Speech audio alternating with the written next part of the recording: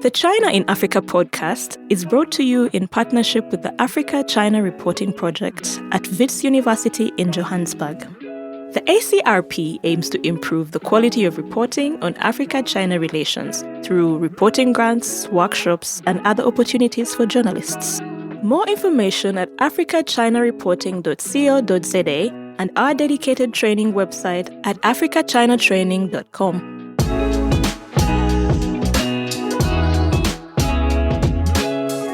Hello and welcome to another edition of the China in Africa podcast, a proud member of the Sinica Network from SubChina. I'm Eric Olander, and as always, I'm joined by Cobus van Staden, the senior China-Africa researcher at the South African Institute of International Affairs in Johannesburg, South Africa. A very good afternoon to you, Cobus. Good afternoon. Cobus, a couple of months ago, you wrote a very compelling column about why it's important to look beyond Africa when studying the China-Africa relationship. Now, that may sound rather counterintuitive, but you simply cannot understand what the Chinese are doing in a place like Africa if you're only focusing on Africa, because so many of the issues now that are impacting the China-Africa relation are, let's say, debt, vaccines, COVID, obviously, U.S.-China great power struggle issues. These are all transnational issues now. And so if just by looking at one region without looking at what the Chinese are doing in, say, South America, South Asia, Central Asia, and other parts of the global South, well, you don't have that critical piece of context. And I thought that was such a great essay that you wrote on that and really framed it well for me. And since then, well, one of the things that we've done is we've tried to take the show to some of these other parts of the world. We've had a number of shows about the Caribbean, about South America. We did Sebastian Strangio, who talked to us about what's going on here in ASEAN, in Southeast Asia. And today we're going to be going to Central Asia. This is the first time in the 10 plus years of the podcast that we've talked about Central Asia, but it's becoming an increasingly important part of the world. And there's a lot there that does directly impact Africa. But let's start with the definition of what is Central Asia, simply because this is a part of the world that a lot of people don't know that much about. For our purposes today, we're going to be talking about 5 countries: Kazakhstan, Kyrgyzstan, Tajikistan, Turkmenistan, and Uzbekistan. Now, this is the region of the world, if you're not familiar with it, that's sandwiched in between Russia to the west, China to the east, and then you've got India to the south. So it is sandwiched right in there, and it accounts for about 1% of China's total trade balance, so about the size of what Africa does in terms of trade. Not too much. It's also the most important trading partner for that region. Again, a profile very similar to Africa. Now, there's a very important regional group that includes all 5 Central Asian countries plus Russia that make up the Shanghai Cooperation Organization, the SCO. This is actually one of the more important groupings that you start to hear the Chinese talking about a lot more these days, and in part because the Chinese are leaning into these groups like the SCO a lot more as they face more pressure from the United States, Europe, Japan, and other parts of the world. Now, why is Central Asia so important? It's a key artery for the Belt and Road Initiative. Consider for a fact that the China-Europe Railway now runs right through Kazakhstan on its way to Poland and then on to Germany. That's a 15-day, 8,000-kilometer journey. But the reason why that's so important is because there's more overland shipment, in part because of the Straits of Malacca problem. One of the things that the Chinese are trying to do is to secure more energy supplies over land from Russia and Central Asia so that they don't have to depend on oil coming through the Straits of Malacca in Southeast Asia, which is one of the key choke points that the United States could cut off in the event of a conflict. And that's why those oil lanes are very important. Gas and oil coming from Russia, but as well also coming through Kazakhstan as well. Now, strategically, the region, super important, but demographically, not so much. Altogether, 5 Central Asian countries have a population of just 75 million people, which is, for our purposes, a lot smaller than just the country of Ethiopia, which is, I think, at 110, 120 million people. So 5 countries, 75 million people, not a big market for Chinese products. But this is really not about selling stuff to those Central Asian markets, but more about extracting natural resources out, and again, the strategic location. But because this is an old Silk Road trading routes, people coming up from India, again, the Chinese, Russians, everybody kind of meeting in this area. The mix of people is very, very dynamic. And one of the groups of people that we've been talking about quite a bit on the show over the past few months are the Uyghurs. And the Uyghurs obviously is a very contentious issue in China, but it's also, there's a population that exists across the borders in both Tajikistan and Kyrgyzstan. Now, again, the Uyghur issue is very, very complicated. We're going to get into it a little bit today, but one of the reasons why there is a connection to Africa, in part because of these votes at the United Nations, at the United Nations Human Rights Commission, at the United Nations General Assembly, and all these different votes on human rights issues related to the Uyghurs. Who are the Uyghurs? We're going to find out a little bit more about that. So, Cobus, wow, a lot going on. There's a lot of intersections here. And again, it's just one of these parts of the world that I think if we study a little bit, we can draw some interesting lessons that might apply for other parts of the world as to what China's doing. Yes, it's very interesting because in certain ways, in structural ways, and also in terms of their position in supply chains, some Central Asian countries and African countries are in a very similar position in relation to China. So, for example, China buys uranium from Kazakhstan and also from Namibia. But in other ways, their experience is really different, and the most important one being that they have such a long history of being right up against China, and not only that, but also being in close proximity to Russia at the same time. So I think there's very interesting kind of parallels to be drawn, and then also interesting contrasts to be drawn. Also in terms of the kind of level of autonomy a lot of African countries feel in relation to China because China is physically so far away. I've been looking forward to this discussion for quite some time and to the opportunity to speak with our guest today, Nargis Kassenova, who's a senior fellow on Central Asia at the Davis Center for Russian and Eurasian Studies at Harvard University. She's also an associate professor in the Department of International Relations at Kimep University in Almaty, Kazakhstan. A very good morning to you, Nargis. Thank you so much for joining us. Thank you so much, Eric. It is a great honor to be with you and Cobus on this podcast. I love your podcast, and I have to say I learn a lot from it. It helps me to look at Chinese activities in Central Asia in a different way. Thank you so much, and thank you for the excellent introduction of Central Asia. I'll be honest with you, this is a part of the world that I don't know that much about. It's not an area that I've studied much. I know it only because it's part of the broader international relations discussions that when you study China in your master's programs and your undergraduate degrees, you have to then cover Central Asia, but you don't go into it too much detail unless you specialize into it. So let's start with maybe you picking up on the overview that I gave and take us into a little bit more detail about who is in the region, what are the countries, and what are the dynamics there with China. Actually, there are two Central Asias. Yes, there is Central Asia that you mentioned, which is a very compact region composed of 5 former Soviet republics: Kazakhstan, Kyrgyzstan, Tajikistan, Turkmenistan, and Uzbekistan. And few people knew about them until they appeared on the political map of the world as a result of the collapse of the USSR in 1991. And actually, I have to say that still few people know about them these days. And there is also a broader Central Asia.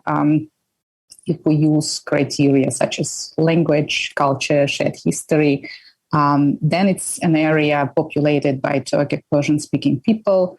And we can expand the borders to include northern Afghanistan and also Xinjiang. So at a certain point of history, 18th, 19th century, this broader Central Asia was divided into Russia-controlled part and China-controlled part. And there was also the third contestant in this great game of imperial expansion, Britain. But as we know, Britain could not gain control over Afghanistan, although it tried. In the 20th century, Russia and China had their ups and downs. And when they had their downs, the control from metropole would weaken in the region and would be strongly contested by locals seeking autonomy and independence. Nowadays, former Russia-controlled part is that compact Central Asia that we will be discussing today, and the Chinese part or Eastern Turkestan is given giving trouble to Beijing, or maybe it would be more accurate actually to say that Beijing is giving trouble to the people of the region. Well, I wonder if you could talk a little bit, you mentioned the kind of ups and downs between Russia and China. I wonder if you could lay out a little bit where the relationship is sitting at the moment, and how that is impacting on the region. Well, it is a complicated relationship because on the surface, if we look at the rhetoric, these are strategic partners that are trying to counterbalance the collective West. But there is not much trust toward each other, and it's not a full-fledged alliance for sure. So they are suspicious. They're suspicious of each other's intentions, and it's understandable because these are the two Eurasian giants, and there has been this competitive dynamics between them that we saw in Central Asia, and what both of them had been doing in Central Asia, the competition we saw, and so on. Traditionally, as already mentioned, this compact Central Asia of 5 stans, it was controlled by Russia. But since the collapse, relations with China have been developing, and China's presence has been growing. And in a way, what we saw was the emergence of a Russia-China condominium in a way. Formalized as Shanghai Cooperation Organization. So that's the region where two powers coexist, and there is a bit of a distribution of labor, with Russia being stronger in the security department and China stronger in the economic development department. Although these lines have been blurring over the past several years with Chinese activities in the security sector becoming more prominent. So the kind of there is this coexistence and kind of latent competition in the region, with Russia trying to integrate the region better. Link it more to itself through various projects like collective security treaty organization, modeled after NATO, and the Eurasian Economic Union, modeled after the EU. Much less successful than these two Western organizations, obviously, but Russia has been trying to kind of tie back the region to itself, and China is a competitor now. Because China is this dynamic economy with much deeper pockets than Russia. China can offer more to the countries of the region, and help them develop, and so on and so forth. And also now it is providing this security assistance as well. But so Russia is not happy about it, but at the same time, there isn't much it can do about it at the moment, apart from kind of, maybe it's a strong word, slightly sabotaging the kind of the bigger projects, like the connectivity projects that such as Western China, Western Europe highway, where China built its part of the road, Kazakhstan built its part of the road, and Russia is still building its part of the road, despite all this talk on the linkages of the integration projects of the BRI and Eurasian Economic Union. So it is sort of this kind of soft competition in the region, and there isn't much Russia can do, and that's a lot of it has to do with Russia's very bad relations with the West. So it sort of put itself in the corner where it has to maintain these good relations with China and pretty much accept what comes its way. So Russia needs China more than China needs Russia in that sense. Well, they both each other, but they both need each other. But China has much stronger cards at the moment. So on the surface, as you pointed out, there is this happy-go-lucky feel. So we have the Shanghai Cooperation Organization, and then we also have this group called the C plus 5. C plus C5. There we go. And that's China plus the Central Asian 5. And Wang Yi just held a meeting with them. And again, everybody looks happy. How do the Central Asian 5 countries really feel about China? Well, it is a mix. These are mixed feelings because on the one hand, China provides these great opportunities that nobody else provides. China brings investments, it brings technologies, it gives loans for various projects. But on the other hand, it's this huge country next door, and we had complex relations before, and we had territorial disputes fairly recently, and there are still suspicions that they are not fully settled, although formally they are settled.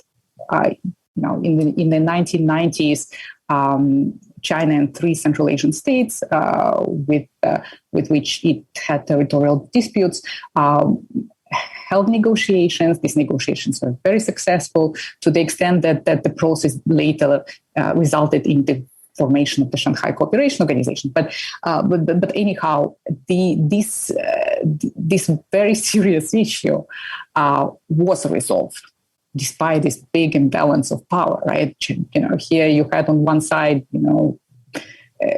huge China with a big army, with nuclear weapons, with this and that. And on the other side of the negotiations, you had these 3 newly independent, super fragile states of Central Asia.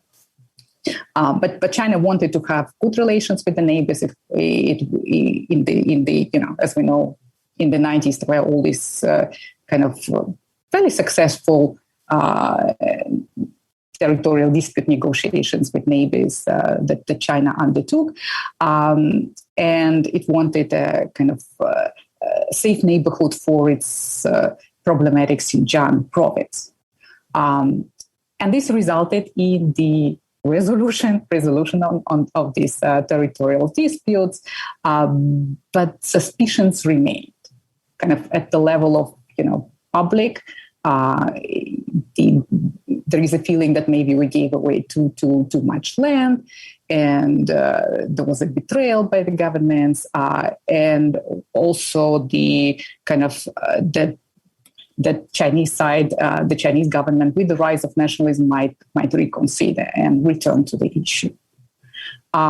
There is also there are more rational fears that it is a giant economy, and it's hard to develop. On the one hand, it's easier to develop next to it. On the other hand, it can be more challenging to industrialize next to China. And you mentioned the small population. There is a kind of a fear that there will be this massive migration of Chinese who kind of are lacking land to Central Asia, having so much land. There is a bunch of fears and concerns like this, ranging from rational concerns about this growing dependence of the countries of the region on China, which reduces the room for maneuver, and to very irrational ones. So you mentioned this kind of struggle to industrialize, and we see similar struggles in Africa, and with it all of these discussions about different strategies to try and force China and other external partners to do more of the refining of the raw resources that it buys from Africa. Within Africa, there's been a lot of pressure around from the Democratic Republic of Congo around that, for example. Do you see similar kind of pressures in mineral-rich areas in Central Asia as well? Oh yes, very similar, and it seems to me, Cobus, we have the same timeline in a way, because Well, we are, resource-rich countries, and Chinese companies started kind of with these active investments and explorations. I would say in the second half of the 90s. If we look at Central Asia, that's when CNPC came and acquired some major assets in the energy sector. The mining companies came, and then you have this boost with the go out and policy.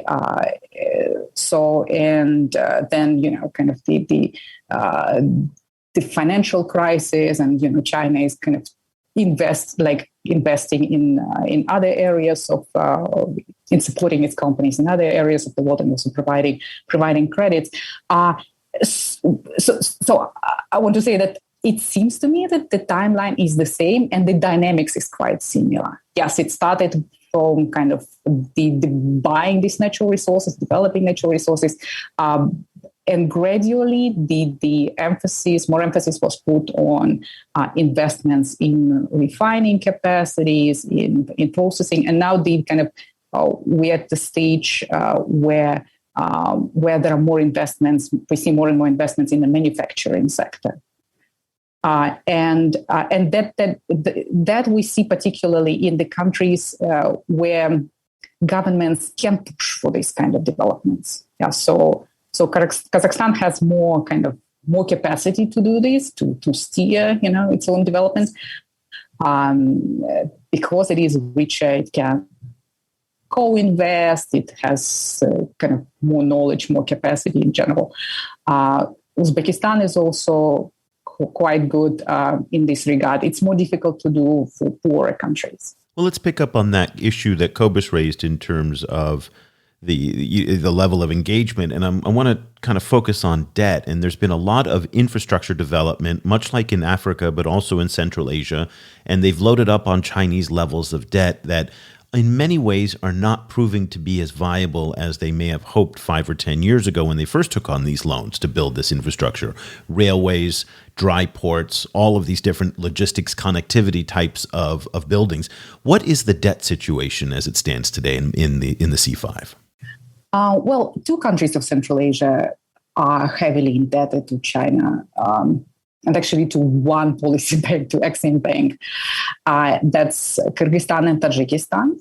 These are the smaller, poorer economies of Central Asia that were not terribly, attractive for foreign investors. So they wanted to pursue these infrastructure projects. They borrowed the money. It's $1.7 billion, $1.5 billion in that range, dollars. And these thought that they were on track with returning them, but then the pandemic kicked in, and they had to ask China to reschedule the debt service. But so they are at risk, definitely, and they, in a sense, they reached the limit of what they can borrow and what China would be ready to give them, I would think. The others are in a better shape. Kazakhstan has been, it is a bigger economy, and it has a diverse kind of portfolio of debt, and the percentage is low of Chinese debt in the country as a percentage of the public debt. Uzbekistan now, it started from low numbers, but with the opening up that took place, opening up of the economy that took place with the political transition, the first president, Islam Karimov, died, and now we have Shavkat Mirziyoyev since 2016. And they started working much more with China, and they started borrowing actively from China. But what I want kind of to emphasize is that both Kazakhstan and Uzbekistan try to have a diversified portfolio, and also to co-fund biggest projects. So, for example, the you mentioned dry port. There is this kind of, I guess, most well-known dry port project in Central Asia, Horgoz, on the Kazakhstan-China border, and it is a joint project. But it's not doing very well, though, correct? Is that my understanding? Yes. But I think the expectations were too high, but it's working. And actually, if you look at the kind of railway, the transit of commodities by rail, during the pandemic, it went up because of the disruptions of the of shipping by sea. So yes and no. The trade by trucks actually got disrupted, but by rail it's not doing badly, and actually the volumes went up. If I remember correctly, the Silk Road Economic Belt was originally announced in Kazakhstan, right? In 2013, yes. That's right. So they really are, kind of at the heart of the BRI in that sense. How enthusiastic are these countries about the BRI? Well, very enthusiastic. And actually, before I go into BRI, I forgot to mention Turkmenistan. Turkmenistan borrowed a lot of money from China to build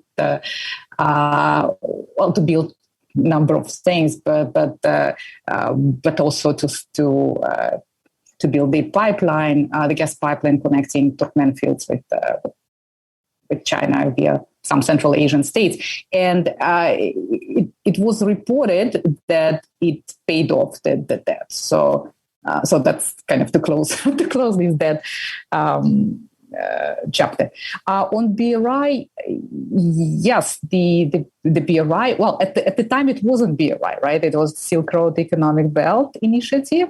It was announced in the capital of Kazakhstan in September 2013, and that was not by accident, obviously, because Central Asia is key for building this Eurasia land corridors, and there was a lot of enthusiasm, and there's still a lot of enthusiasm in Central Asia about the initiative, because it is seen as first giving opportunities for economic development, so that kind of see that China is ready to invest, China is ready to cooperate, China is ready to foster connectivity that we need badly. Central Asia is it is central, and that's a problem in a way, because it is landlocked. Uzbekistan is double landlocked. It's not well connected to other markets. So China is a big partner, and our goals coincide. Yeah, they are very comparable. That's why Central Asian, if you look at the national development strategies of Central Asian states, and you can see that the kind of the main items, they are similar. They are pretty much the same with what China is trying to do with the BRI. And also the participation in the BRI gives certain status.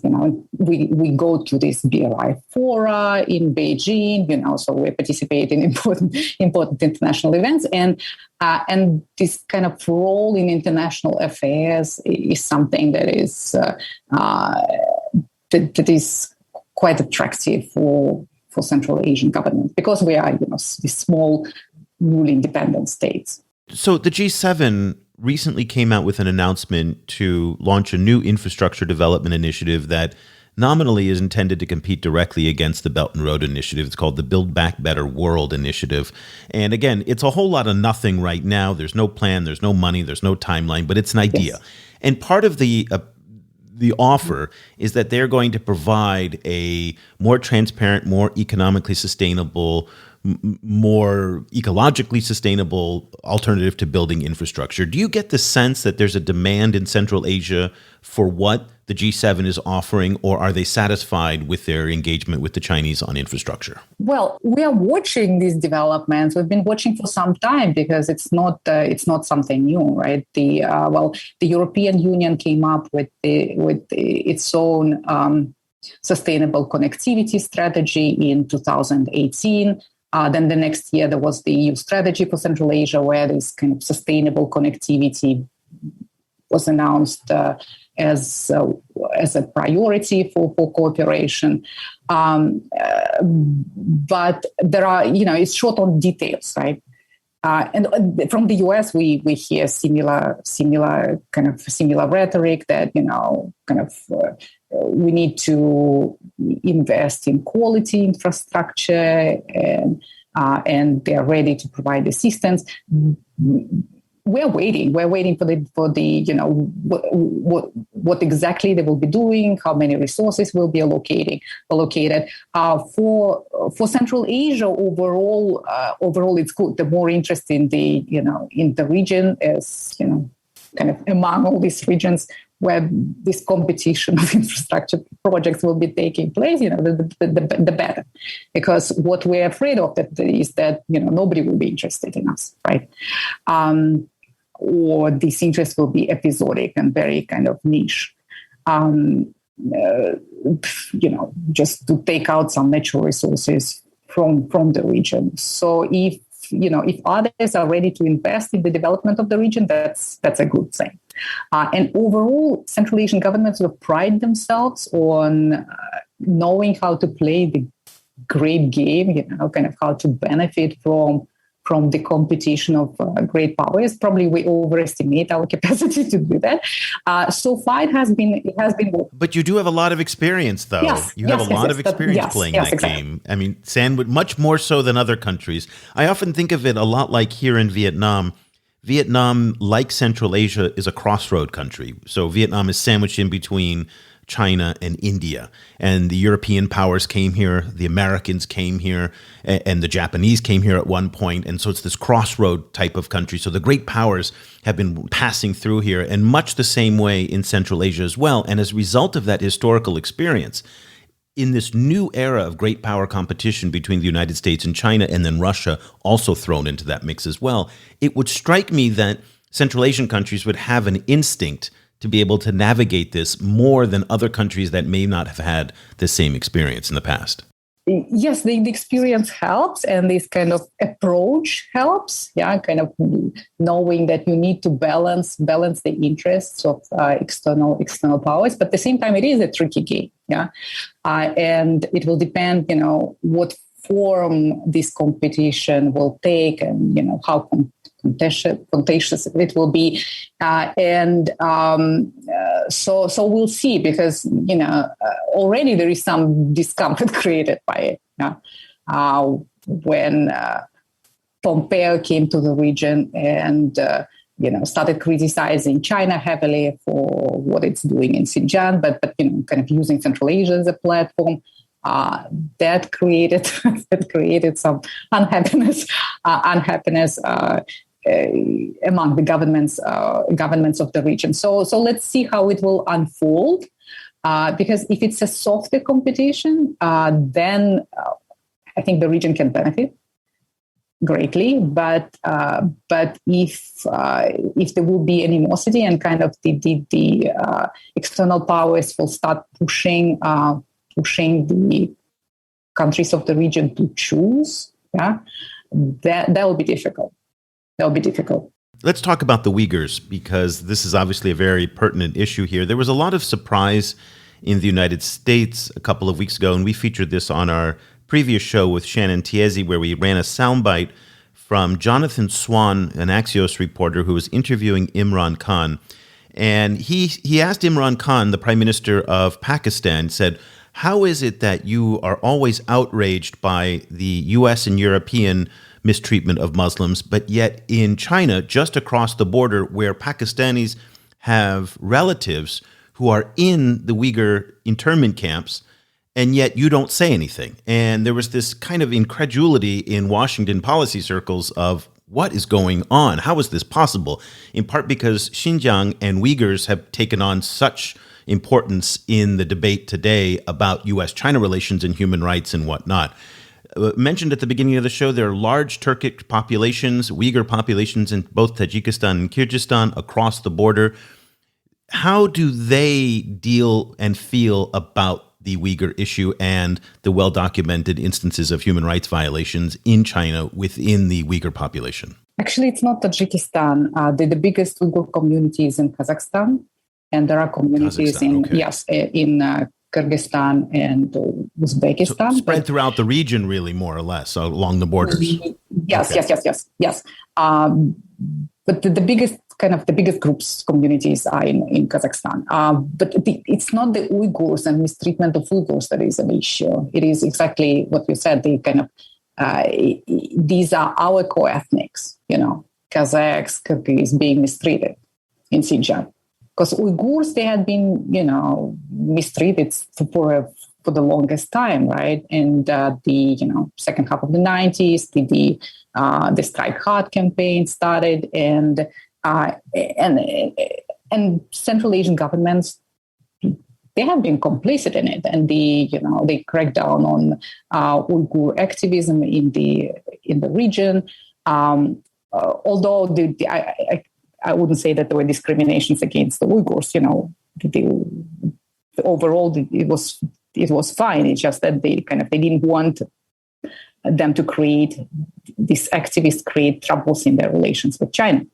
But when over the past several years, these repressive policies spread to Kazakhs and Kyrgyz, that became an issue. That became a domestic issue, really an issue in domestic politics in Kazakhstan and Kyrgyzstan. Now, it's a civil society point of tension. Is it also a governmental point of tension between the C5 countries and China? Obviously, people on the ground who've got relatives who are being detained or abused, they're pissed off. But what about at the governmental level? Yes, it's both. It's both, obviously. So the public is unhappy with the situation. They're putting pressure on the government. So there were requests in parliaments of Kazakhstan and Kyrgyzstan to look into the situation and to report. And the government has been trying to do, well, I'm talking about the government of Kazakhstan. They have been trying to to have consultations with the Chinese side quietly, right, behind closed doors.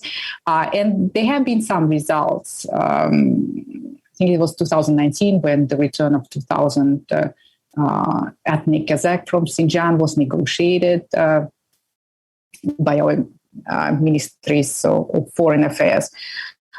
So yeah, they are in a difficult situation. The governments are in a difficult situation, particularly the government of Kazakhstan, because it's part of our foreign policy to support Kazakhs, in other countries, in other parts of the world. But on the other hand, they don't want to anger China. So it's not a human rights issue. It's more nationalist issue. That's the support of their co-ethics. Yeah, because we are not human rights champions, obviously, in Central Asia. So for some people, the small civil societies that we have, it is a human rights issue. They are concerned overall, irrespective of what ethnic groups have been affected. But overall, it's more caring about ethnic Kazakhs, and also there is this thing like, okay, Muslims are being repressed. So during the time that we saw this very sharp increase in pressure coming from the US about the Uyghur issue, you spent a lot of time in the US. So I was wondering, kind of like coming from a Kazakh background, and then having spent, kind of obviously a lot of your life there, and then now spending a lot of time in the US. What was it like for you to see the rise of this issue kind of to the mainstream in the US? And what do you feel the US debate is getting wrong and right about the situation there?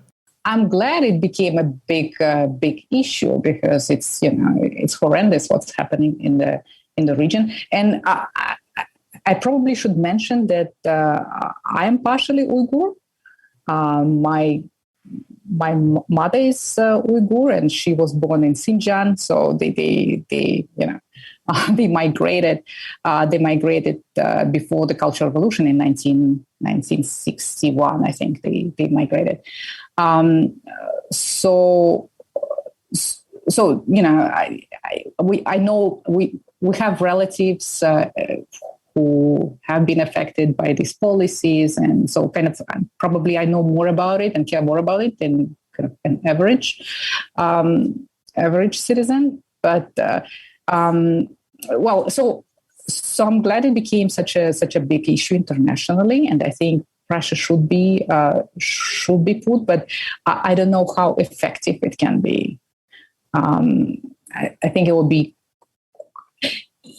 My sense is that the Chinese government made an existential mistake in Xinjiang. Pumping up the repressions to this level, and it will be difficult to unwind it.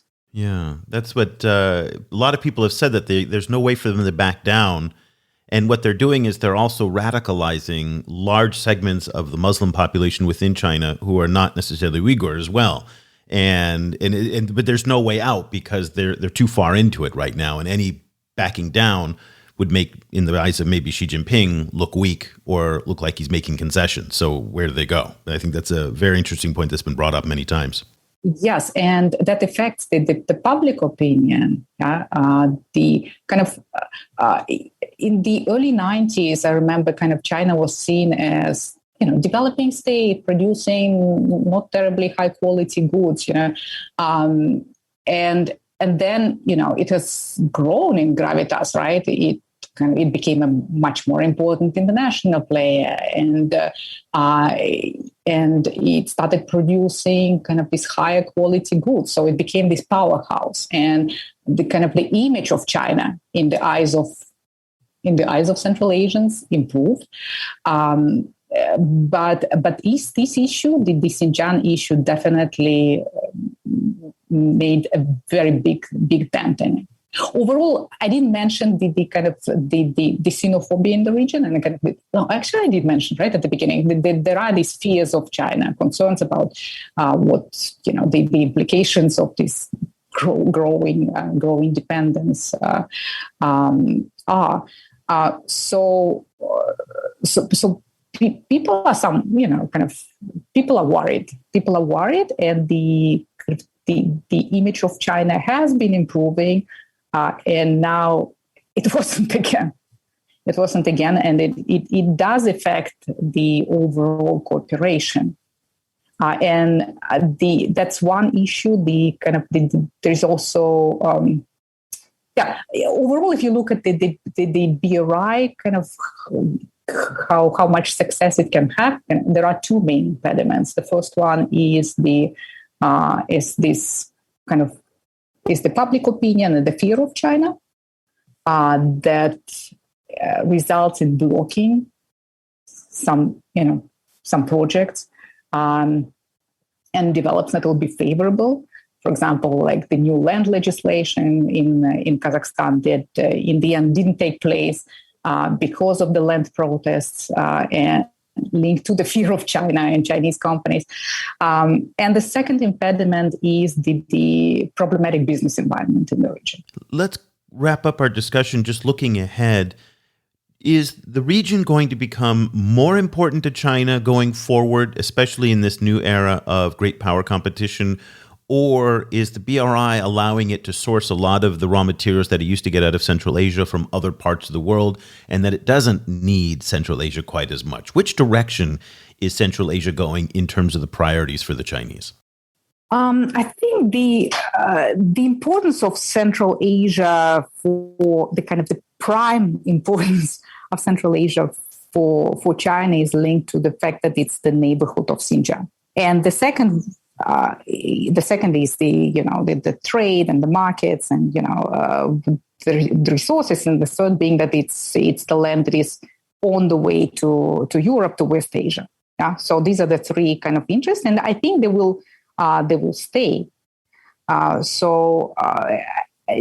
definitely Xinjiang will continue to be an issue, and that's why the attention will be drawn to Central Asia.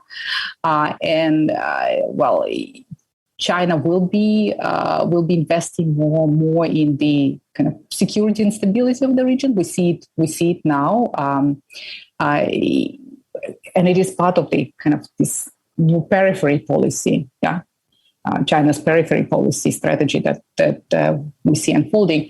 And with what's going on in Afghanistan also, the attention will be on Central Asia. And the other projects will kind of, the natural resources will continue to be there. The gas from Central Asia is important. Metals from Central Asia are relatively important. I think that will stay. There's just too much compatibility there. Yeah, where next door, it's easy to bring these things to China. The infrastructure is already there. And with the gas, the big question was whether this gas from Central Asia can be brought to the energy-thirsty eastern parts of China. They build this giant gas pipeline, so now it's there, and it will stay there and will work. So with the kind of these economic corridors, with the connectivity there, I think there are more questions. To what extent what was envisioned, to what extent will work, but Central Asia China connectivity will be there. Yeah, because I don't see any other way. What they say in real estate: location, location, location. Geography is destiny, here, and the fact there is no getting away with the fact that they're neighbors. Nargis Kassenova is a senior fellow on Central Asia at the Davis Center for Russian and Eurasian Studies at Harvard University. She's also an associate professor in the Department of International Relations at Kimep University in Almaty, Kazakhstan. Thank you so much for taking the time this morning to help introduce this part of the world to us and to the audience, who I'm sure is very interested in it. And if they would like to find out more about what you're reading and writing, you are on Twitter. What is your Twitter name that they can follow you? I think it's Kassenova Nargis. It should be something like that. Don't worry about it. But it's my first name and last name. I should be easy to find. I will put a link to it in the show notes. Easy to find. We'll put a link to it in the show notes so that everybody can follow you. And thank you so much again for taking the time. We really appreciate it. Thank you so much, Eric and Cobus. Cobus, we drifted very far away from our normal focus on China-Africa relations, but it is so important to understand what's happening outside of the home region, if you will. And I think this is a chronic problem when we look at China in Africa, China in South America, and China in all the different poles, if you will. And if you're not looking at them across and connecting the dots, you're really missing something. And Central Asia is one of those regions that does not get enough attention. And I will admit, I don't spend enough attention looking at it, but it is so absolutely fascinating. And I am so glad that we had Nargis on today to help explain some of these things, because I think there's a lot that African policymakers can learn from how countries who have been dealing with great power struggles, who have been dealing with the Chinese on so many different levels, not just in terms of infrastructure, trade, investment, but also, again, that very complex ethnic level, which is so fascinating. Yeah, it's completely fascinating. And there's so many parallels to draw. Like, for example, in reading for today, I came across, because I don't follow nuclear power very, very closely. So I was surprised to see how many new nuclear power stations the Chinese are building in relation because of their decarbonization goals. So they're building at least 17 new full-on nuclear power installations, and the two places they're getting the most of their uranium from, as I briefly mentioned, is Kazakhstan and Namibia.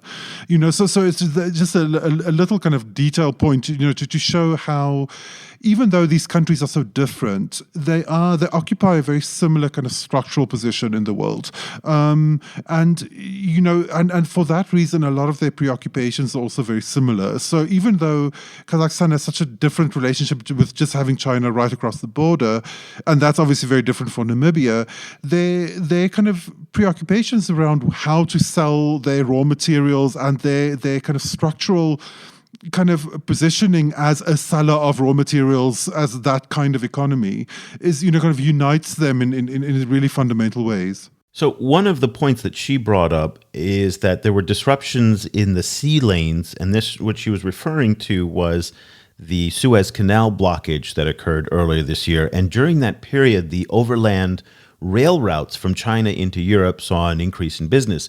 And the Chinese went to great efforts to really promote their new railway as being more reliable, more dependable than the sea lanes going through the Suez Canal. They said if this happened once, it can happen again. And they're really trying to promote these overland routes. That's another area where you see Central Asia in some ways competing directly with Africa. So number one is on minerals, natural resources, Russian oil passing through these overland routes, because the oil that comes from Africa has to pass oftentimes through very volatile sea lanes, whether it's through the Suez Canal or in other ways around India and up through the Straits of Malacca. And that, again, is a very important choke point that the Chinese are reluctant to rely on more. So the more that they can shift overland, either through Pakistan overland and then into Western China, or through Central Asia and oil from Russia and whatnot, is very important. So there are going to be these areas of direct geopolitical competition in terms of transportation and access to vital strategic resources. I thought that's so very interesting as well. Yeah, it's really interesting. And, kind of, I think it's also important to extend that kind of reasoning beyond the kind of geopolitical side of it, to just also look at the kind of global logistics side of it. Because I saw the other day, I saw a really crazy statistic where, and I'm now a little worried that I might be misquoting this, but as I remember it, like someone was mentioning that the global shipping industry has roughly the same carbon footprint as South America. So it's enormous. Yeah. So, so just in terms of global kind of carbon goals, for example, the overland train route between China and Europe is a game changer, because it's really a kind of a massive, has massive implications for just how we get stuff around in the 21st century, without killing ourselves. We speaking as the kind of west coast of Canada and the US are experiencing record heat waves, for example. So so in that sense, like these countries are really key to how these problems are going to be solved in the future. So just the same way that we had Nargis on the show and we've talked to folks from different parts of the world, we're incorporating this more and more into our coverage. And it's one of the reasons why the name China-Africa Project is a little bit of a misnomer now, because we are broadening out the focus to be much more about Central Asia, South Asia, Southeast Asia, South America, really the global South, and even daily coverage of what's going on in the Middle East and the Persian Gulf. So if you're following China, you certainly want to follow what we are doing. You get our newsletter every day. We do about 5 to 10 stories a day. We're doing daily columns and analysis. We have some new team members who are going to be joining us in the month of July and August. So we're super excited about that. We're going to tell you all about that coming up in a few weeks once everything is finalized. So some really cool things that are coming out. Our new homepage is going to be launching in August. And on the new homepage, we're going to have Asia, what's it going to be? Asia, Americas, and Africa, and the Middle East. That's going to be on the homepage, again, to reflect this broadening out of our focus so that you can understand not just what's happening in one region, but the transnational issues as they're happening throughout the global South. So we'll have more on all this cool stuff that we're working on for the summer. But if you'd like to subscribe and get full access to everything we're doing, go to ChinaAfricaProject.com/subscribe. Once again, that's ChinaAfricaProject.com/subscribe. If you have any questions whatsoever, just email me directly, eric@ChinaAfricaProject.com, and I'll be happy to answer all of your questions. So that'll do it for this edition of the show. Cobus and I are going to take a little bit of a break next week for our summer holiday. It's July 4th weekend in the United States. We do follow the U.S. holiday calendar, so we're going to be back in 2 weeks with another edition of the show. Until then, thank you so much for listening. For Cobus Van Staden, I'm Eric Olander. We'll see you soon. The discussion continues online. Head over to facebook.com/China Africa Project to share your thoughts on today's show. Or follow the guys on Twitter. Eric's @Eolanda, and you can find Cobus @Stadenesque. For more information about the China Africa Project and to sign up for our free weekly email news brief, go to ChinaAfricaProject.com.